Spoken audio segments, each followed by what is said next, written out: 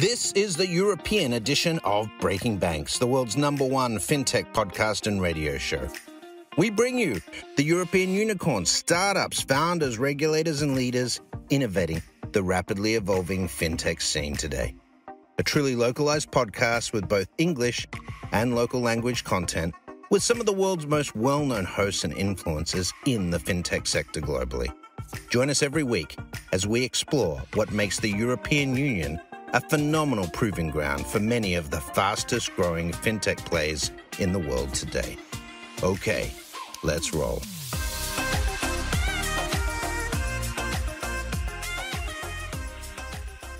Hey guys, welcome back to Breaking Banks Europe. My name is Matteo Rizzi. I'm the executive producer of the show. Today is show number 143. Wow, this is getting a long journey. And today we talk about Cyprus. I actually was there, invited by Andreas, who is one of the guests today, at the great Cyprus FinTech event. You know, the largest in the island is going to be one of the topic of today. And we have 3 estimated guests with us. I will start with Andreas, and as usual, give him a couple of minutes to introduce himself. Andreas, welcome to Breaking Banks Europe. Thank you, Matteo, for hosting us. Hello, everyone. I'm Andreas Livadiotis. I'm the CEO and founder of xvalley Technologies. We are an online trading platform software provider where we offer all the software needed for a brokerage to run their business, trading platform, CRM, risk management solutions, social trading, integrations with payment providers, and liquidity providers like crypto exchanges, stock exchanges, and forex exchanges. I also do every year the Cyprus FinTech Summit, which gathers international speakers and the Cypriot fintech scene into a huge, big networking party, let's say, that everyone enjoys. And thank you, Matteo, for coming last Friday to our event. And it was such a pleasure hosting you. Great. Nikolas, welcome as well to Breaking Banks Europe. Hello, Matteo. Thank you for the invitation to be part of this podcast. I do find a lot of meaning in participating in such events. I find them very valuable for myself as a listener as well. So I'd like to give some value. I am the managing director of Salvus funds. We're based in Cyprus, and we specialize in helping a lot of startups that aim to offer regulated services such as crypto asset services or investment services such as online trading. So we help these startups get their first foot through the door of being regulated and then passport their services throughout Europe. Thank you so much again. Great. Thank you, Nikolas. Vladimiros, welcome to Breaking Banks Europe. Please introduce yourself. Hi, Matteo. Thank you. My name is Vladimiros Panos. I have been in the online trading industry since 2012. In various positions, most recently with Exclusive Capital as their Chief Operating Officer.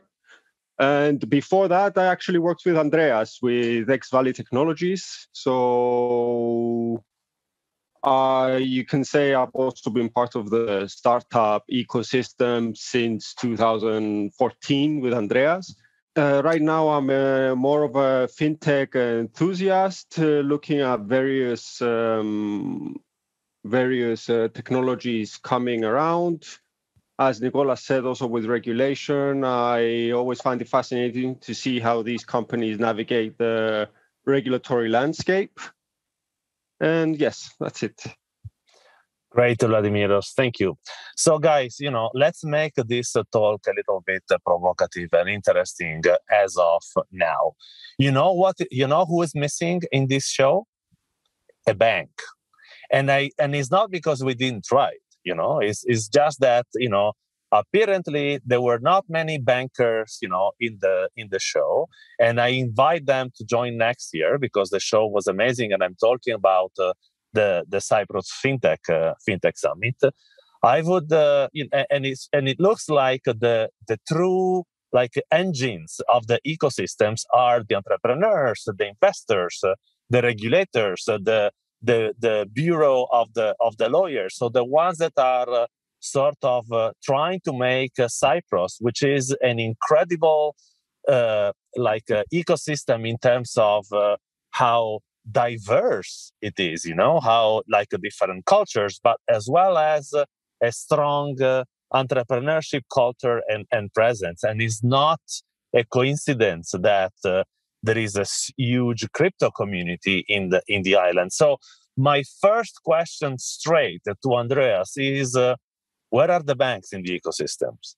Well, that's very easy to say. They are nowhere. Cyprus is great for business. It's one of the best places to establish your company or to move your headquarters after you scale up in another country. And that's the typical scenario for Cyprus. Most of the companies, they will move to Cyprus straight after they scale up. But we are missing a huge player and bank that will take care of all these companies, because most of the companies, they will do their banking outside Cyprus. They will keep Cyprus banks for their day-to-day business, like paying the bills, the electricity bills, but that's it. And also, a funny story, the Revolut owner used to live in Cyprus 12 years ago.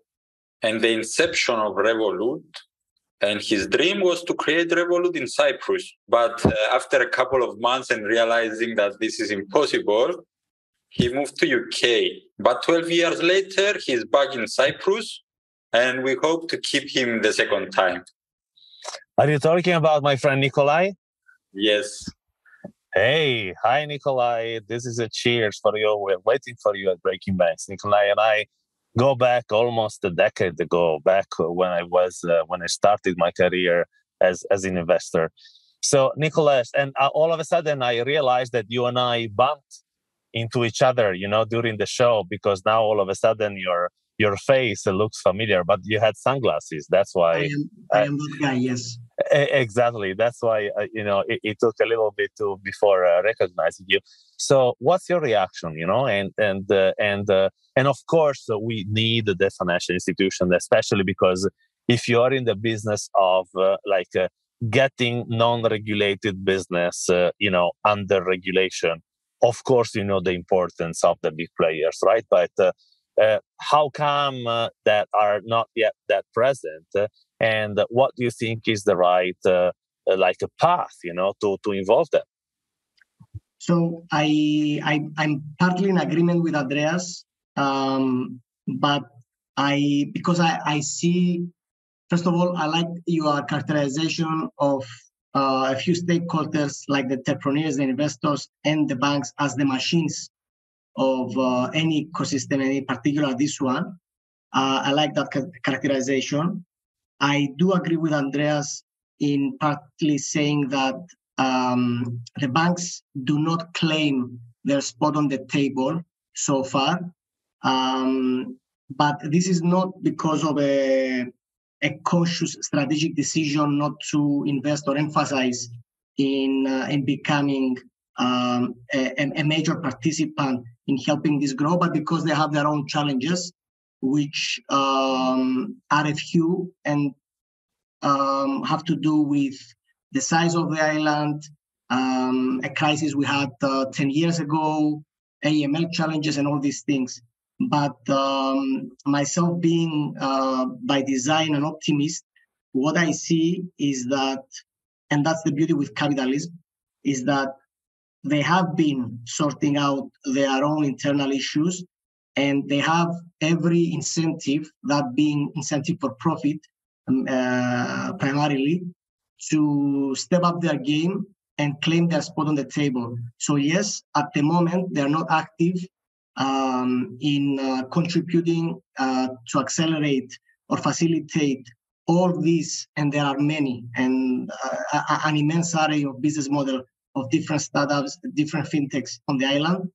They are not at the moment claiming their spot in being their number one partner, but I do see a path forward that will incentivize them to step up and become, not all of them, a few of them, that will strategically choose to separate themselves from the pack and become specialized banks that support these sometimes complicated operations with dedicated teams and dedicated products for them.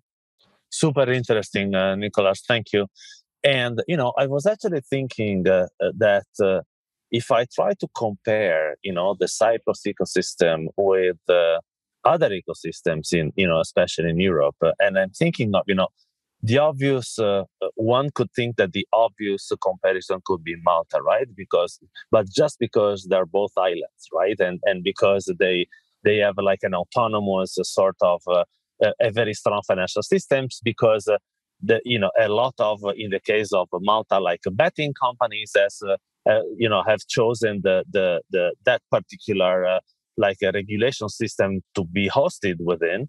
But then I think, wait a second, Luxembourg is also a great comparison, So it's a country where you cannot develop startups just for your own country because it's too small, right? So you tend to, as an entrepreneur, and Vladimiros, I'm about to call you in. So as an entrepreneur, you need to focus on solution that can be, by definition, I want to say geography agnostic, and then cross the borders, of the island, and being able to get sold everywhere in the world, because nobody develops a solution for Cyprus only. Right, Vlad? Yes, that's exactly right. Developing an ecosystem in Cyprus for Cyprus, it's a no-go. Basically, the market is too small. That's why, as Andreas said, the local banks are mostly focused on operations inside the actual island. So for paying your staff, for paying the bills, and so on. That's where a lot of new fintech startups came in. They filled that void with EMIs or payment providers across the globe, because as in the brokerage industry, there's a global reach. So we are trying to reach Latin America, Africa, Asia, the rest of Europe, and so on and so forth. So we needed to find solutions that could accommodate all those payment systems across the globe. A lot of very interesting fintech providers have actually managed to do that, integrate everything in one. So the local banks basically just play the role of handling your operations, not much more than that. Got it. Andreas, I think that you have a lot to say about, building a solution in Cyprus that is intrinsically global, right? And you have been in touch with most of the local entrepreneurs as the one who has built the community. What is their feeling, as an entrepreneur? How easy is being an entrepreneur in the island? And then please, Nikolas, build on. Matteo, when I started to build my startup, it was 7 years ago, and the ecosystem was very small. Most people, they did not even know what is a startup, what is an investment, what is funding, what is a seed round. Slowly, we have seen that incubators have been opened up. We have seen good funding rounds from Cypriot founders, because Cyprus is full of international founders, is full of international companies. But I'm speaking for Cypriot companies developed by Cypriot brains. We have seen successful companies making finding good investors and growing up in the Cypriot and international market. I believe the ecosystem still has a lot to go, but we have seen a good growth overall. We have seen more people getting involved. And I think with our help, the old founders, with our experience, with our mentorship, and of course with helping with funding smaller companies, and slowly we can build a better ecosystem. And I'm positive And I believe people like you could have a look into Cyprus ecosystem and find good opportunities. I have a slightly different opinion than Andreas. First of all, Matteo, as you said, you can compare Cyprus to Malta, and it comes readily to mind because both countries are islands. But I was recently in a discussion and someone said jokingly that depending on the size, everything, even the American continent is an island. But if you look at what Cyprus has achieved, especially upon the range of services that I touch upon, investment, payment, and crypto asset services, I see no other comparable country within Europe that has managed to attract such a variety of talent pool already, such a variety of founders already. And when I say variety, I mean backgrounds, where they were before and where they're coming now, what they were doing before and what they're doing now. Some of them were employed in Credit Suisse. Some of them were employed, early employees of Revolut. Some of them, were doing something totally different. So for that thing, I am based in Cyprus and I am a Cypriot, but this is not about being proud of a nation. It's about the reality that Cyprus has managed to really set up itself as a unique hub for a variety of business models that all complement each other. If you think of Luxembourg, the first thing that comes in mind is probably investment funds, and then some new disruptive startups. If you think of Malta, you think of gaming, online gaming, and they are experimenting with the virtual assets services license provision. But Cyprus, it's a very strong mixture of all this. So that refers to your previous question, but in regards to what Andreas said and how entrepreneurs feel and what we experience firsthand in dealing with them, and ourselves being entrepreneurs, but not in the scalable online global space, what we see is that these people are now in the fortunate position out of an unfortunate situation, the COVID situation, to have incredible talent choosing Cyprus to be digital nomads or anything like that, or just simply to remotely work from home, to offer their very specific knowledge in terms of software development or operations, or maybe being their advisors to take their startup to the next level. So the slight disagreement I have with Andreas is that Andreas is positive, like looking to the near future and the latest developments. I am extremely surprised by what we already have in place, and I am also extremely eager to see what's coming up. Andreas again said 12 years ago we lost Nikolas of Revolut. Fair. Now he's back. He's back with a regulated entity under CySec. It's gonna be their crypto asset services provider within Europe. This is huge. This is a huge investment. We do know for a fact that Binance is in the island as well, another huge player, and a number of less known brands but huge in terms of employees. They employ budgets in terms of marketing, innovative products they bring about. So already we see founders that are not your average founder that has an idea and is, passively and modestly trying to see if he can make anything out there. We see founders that have seen what has been achieved elsewhere, and they realize there is nothing different for them being here at this time and age in 2022 doing it out of Cyprus. And in addition to that, they already have the talent necessary to scale fast. So I'm not only positive, I see actual growth. I see actual participants that are not behaving as startups at all. They know they are 1, 2, 3 very well, and they're going for 4, 5, 6.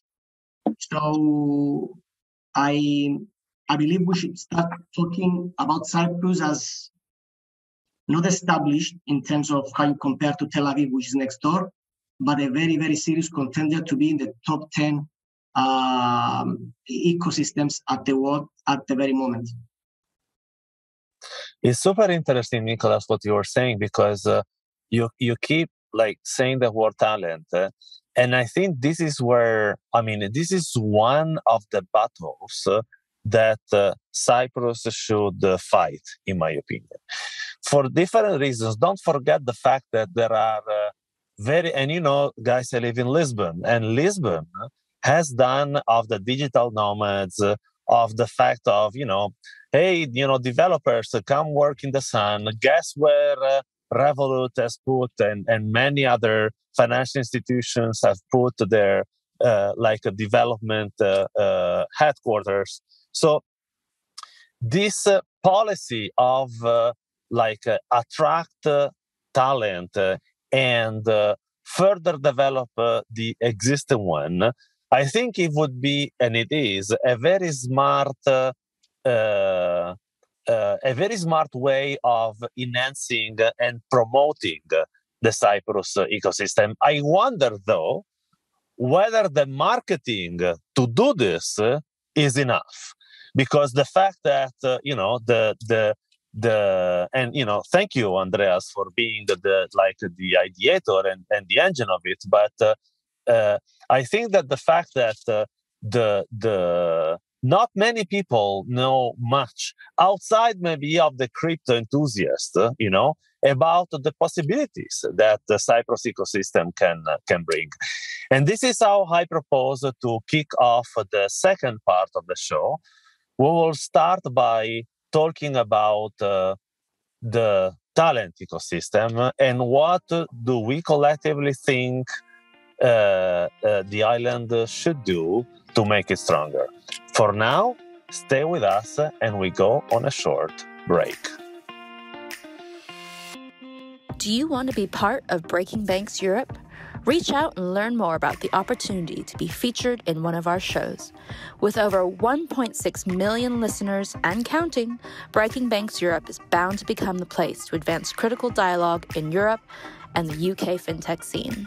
Reach out on Instagram or Twitter at Breaking Banks EU, or go to www.provoke.fm.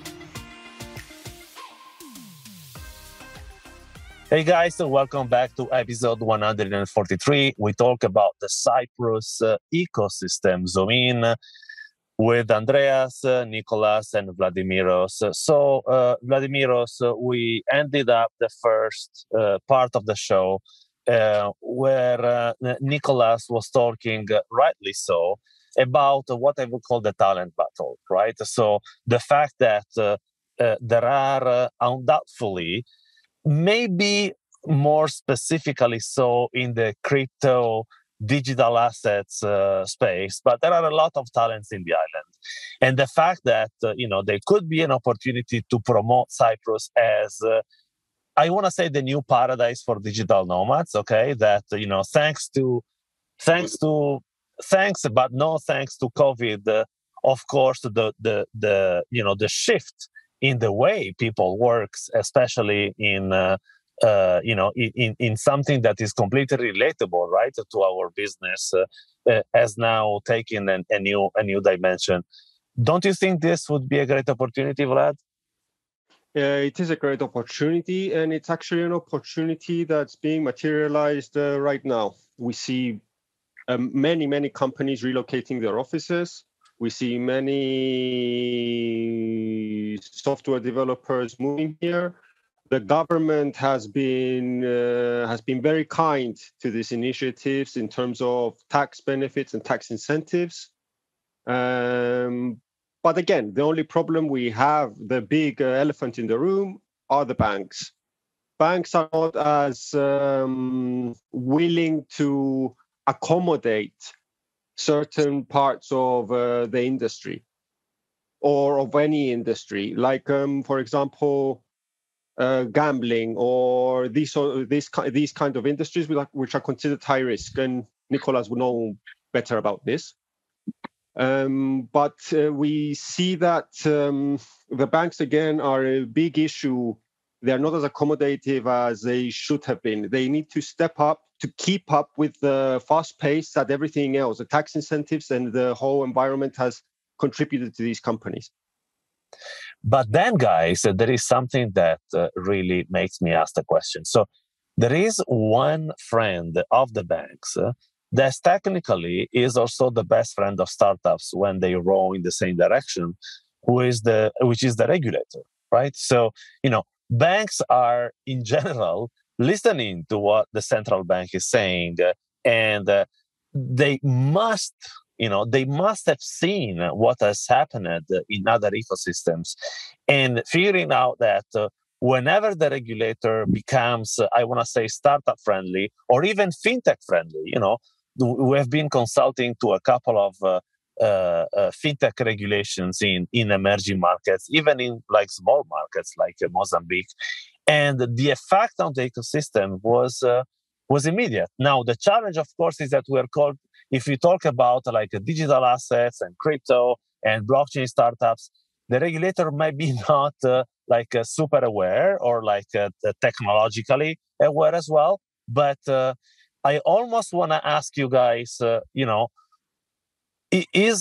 they playing a relevant enough role or like a satisfying enough role? What is the message that you would like to convey if the regulator was in this podcast, Andreas? That is a very hard question. Well, regulation, it could be something we all need because we know people take advantage when they are in a position to trick, let's say, their clients and manipulate their clients and so on. So regulation must be in place. We don't want the bad players to be here in Cyprus and doing the bad things based from here. And this is not our vision. But regulation should not be stopping the innovation. So it should have a limit on how long you need to take to apply for a license.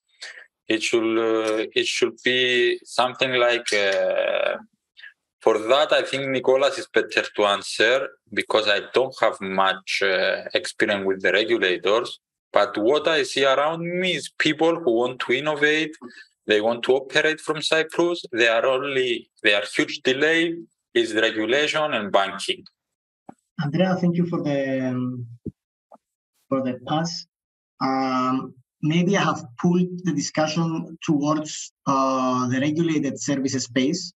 Again, these are the investment services, think of online trading, robo-advisors, payment services, which is your new digital banks, and these kind of things, and crypto asset services. But that's just part of the equation. So because this is only part of the equation to the regulator that effectively affects the development of these startups, I would say step up. It's in the interest of all of us. That's all. They know what step up means. Faster responses, and better recruitment of people that review any of these applications. But I don't want to limit our discussion towards only the regulated space of services, because we have companies like LearnWords, which is a learning management system provider, which has I am a client of theirs actually, so I have first-hand experience, and they have a top offering which have raised 32 million of funding. We have companies that are started in Cyprus, and their specialization are the creation, distribution of ads. ad networks. We have esports related startups. So by all means, yes, the regulators, in particular, those dealing with the three services I deal on, should step up their game. But at the end of the day, it may be only a part of the ecosystem of startups in Cyprus, because as I mentioned, there is a great variety of startups that do not need to go this cumbersome regulatory process, and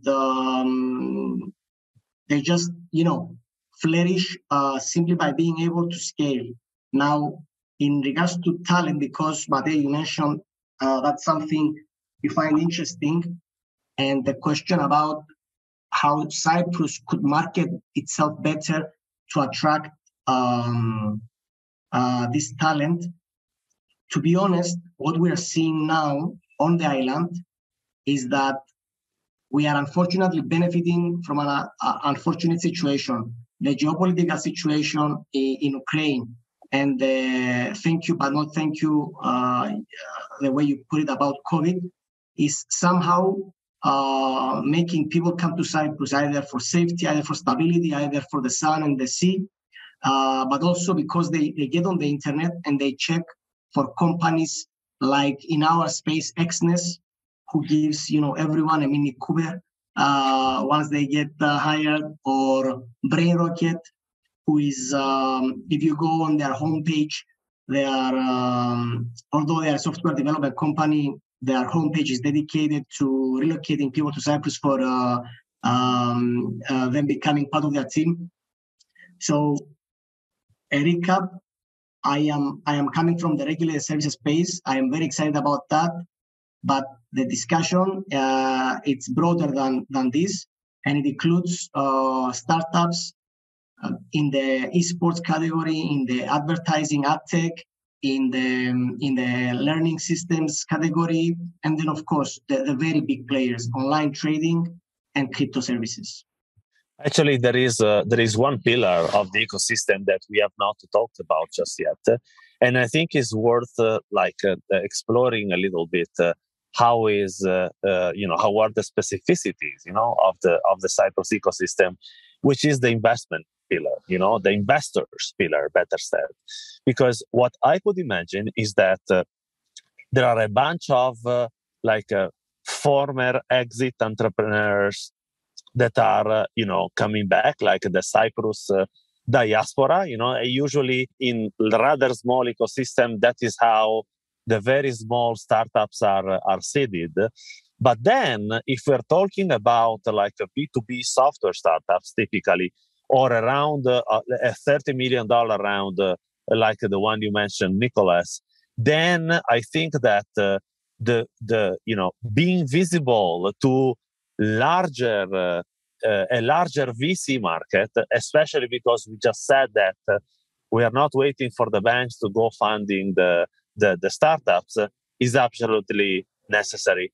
Let's talk a little bit about the investors landscape, whether it is like family offices, angel investors, institutional VCs, and I'm pretty sure there are no corporate venture capital, right? Who wants to give it a shot? Vlad, you want to start, and then you guys build up?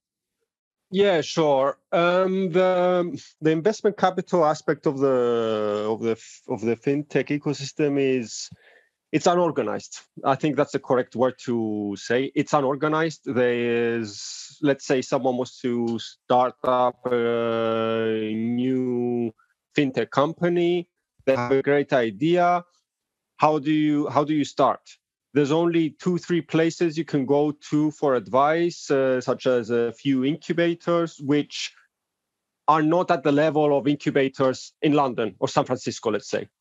So what they typically do, they create a pilot or an MVP, and they try to attract big companies to invest in their assets. But that's more...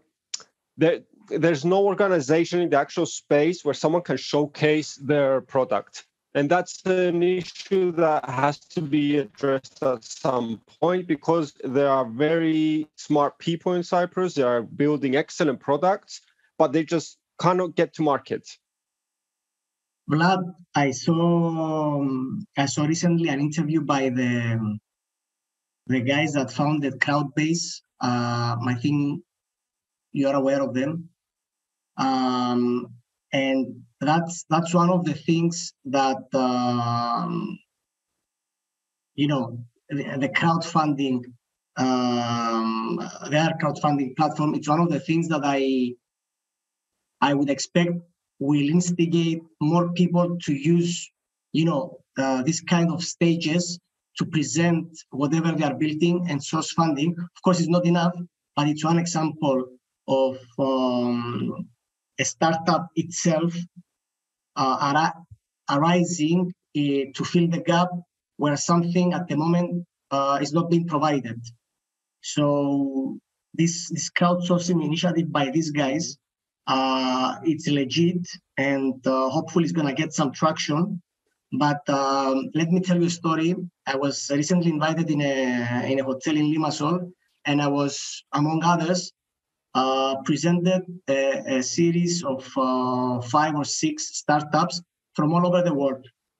Very interesting startups. One was about groceries, ordering groceries from your mobile app in Indonesia. The other one was about cosmetics from Korea in Europe, and these kind of things, very interesting. And after the presentations concluded, the presentations, by the way, were virtual. Nobody was there except those that organized it and us. And I talked to a few investors that have participated in previous rounds. They told me that, of course, they care about the business model, but they care mostly about the team. And funding, and Matteo, correct me if I'm wrong, it's a two-sided market. You need the investors, and you need what this guy said, a good business model that is being put together by great teams. And I believe one side of the funding equation, we have it. We have great products coming out, and we have good teams, talent, the thing I mentioned before. Now, I'm not so sure to what extent, Airbnb needed to have rooms to rent first before they could attract visitors to rent those rooms. In this case, we need more startups that go out there and they capture attention before we can capture the attention of investors to come to Cyprus, and they make the effort to source this kind of investment opportunities. These are my thoughts on this thing. Andreas, what's your take?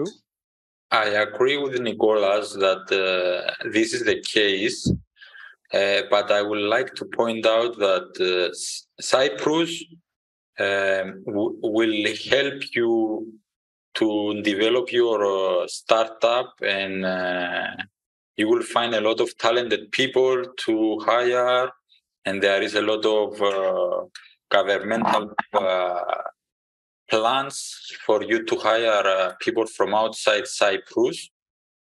But it's also a hard job to find the right people. So we need to organize the system. It still needs more organization. It still needs better portals for hiring.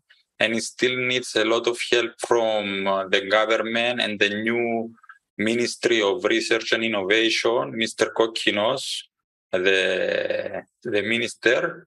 We will have a discussion with him also. Next time you come, Matteo, we can bring him to the show, and he can tell us more about what is the plans of the government.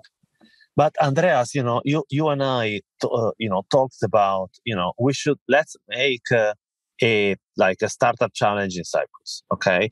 And I was asking you, okay, who do you think we should bring? Should we do like a cross-tech startup challenge? Not only fintech, of course, because it goes broader. It goes into digital assets. It goes into blockchain solution, like notarizing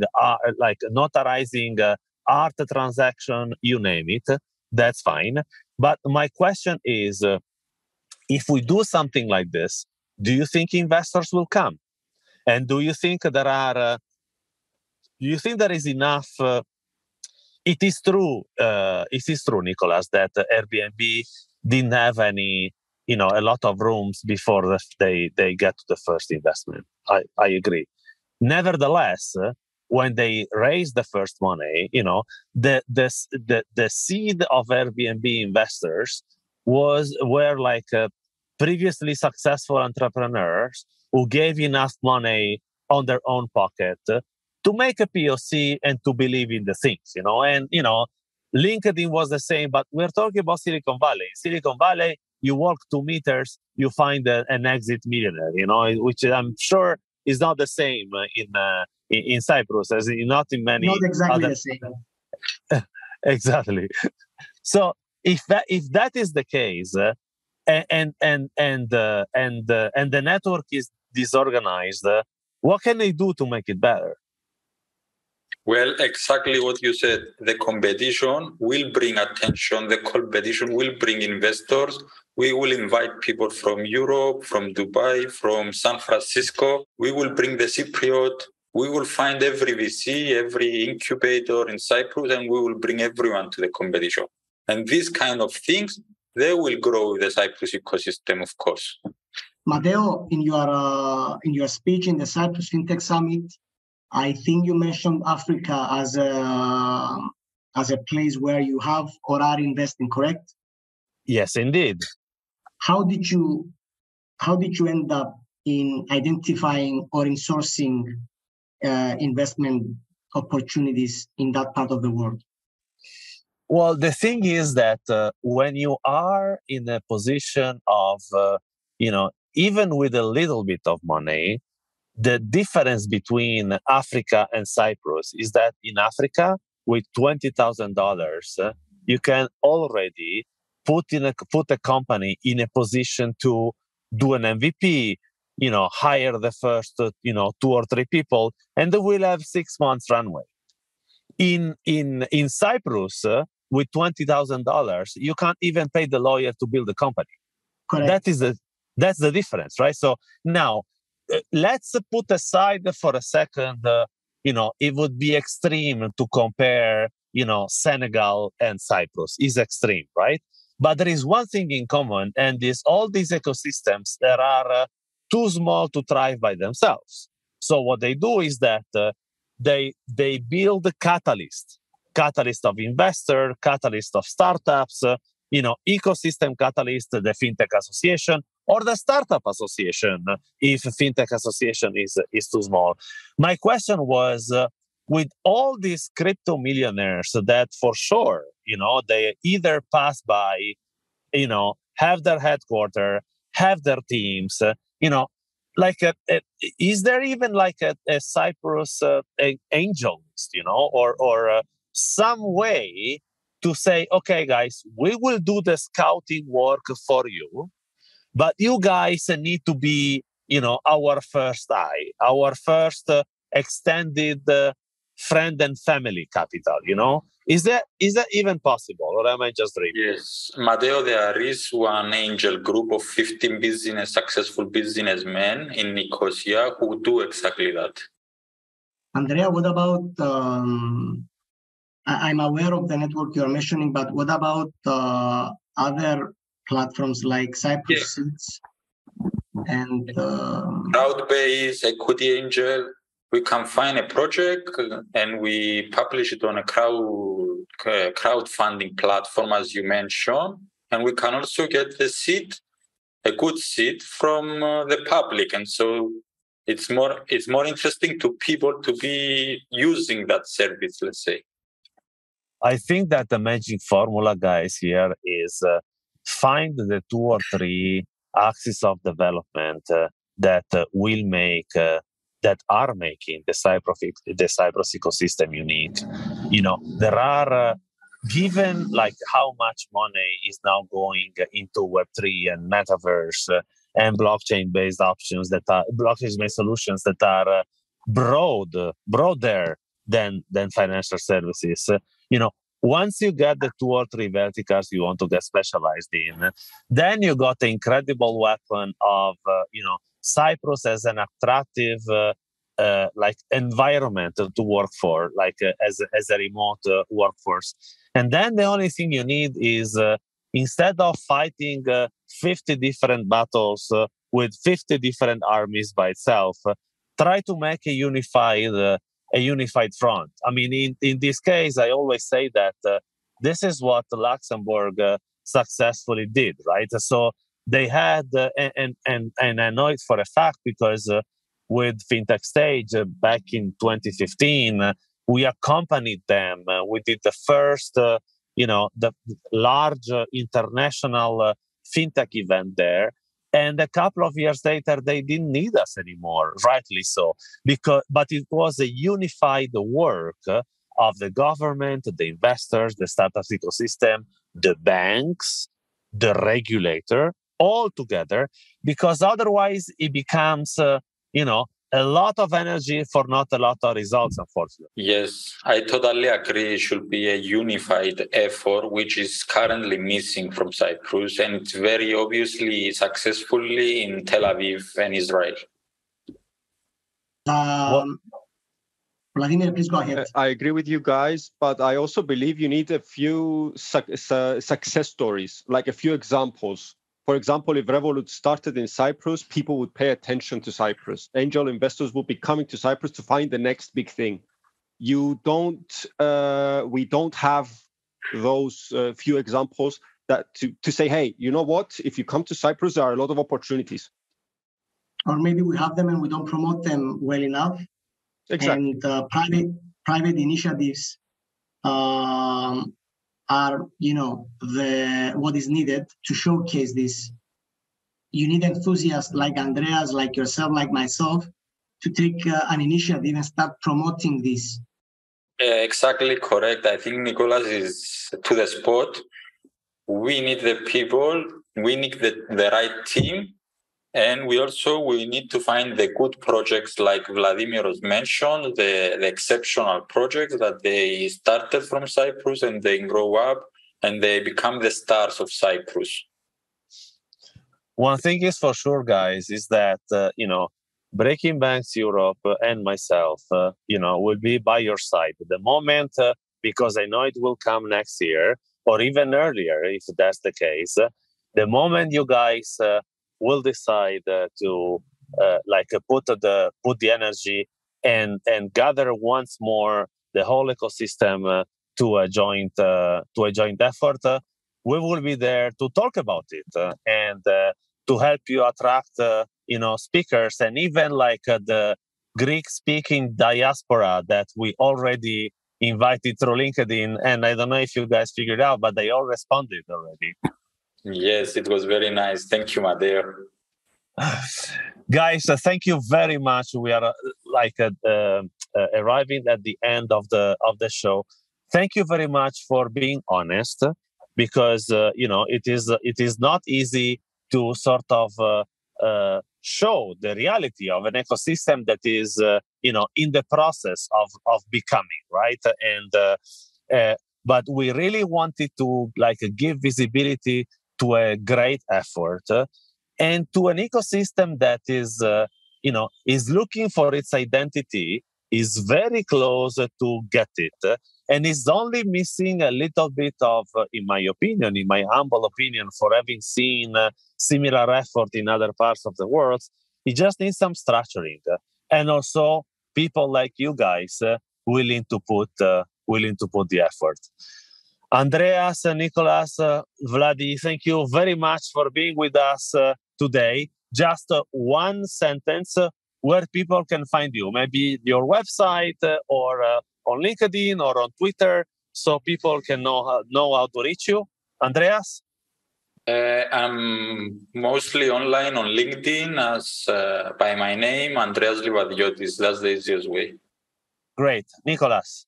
Yeah, you can find me on LinkedIn as well, Nikolas Xenofontos, or you can check out our website, salvusfunds.com. And it would be a pleasure to talk to anyone that has any question or any suggestion in regards to our discussion.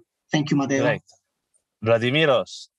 Same. On LinkedIn, it's Vladimiros Panos. That's where I'm most active. Anyone that wants to reach out, just feel free. Guys, that is a wrap-up of episode 143, Cyprus FinTech Ecosystem Zoom In. Thank you for being with us.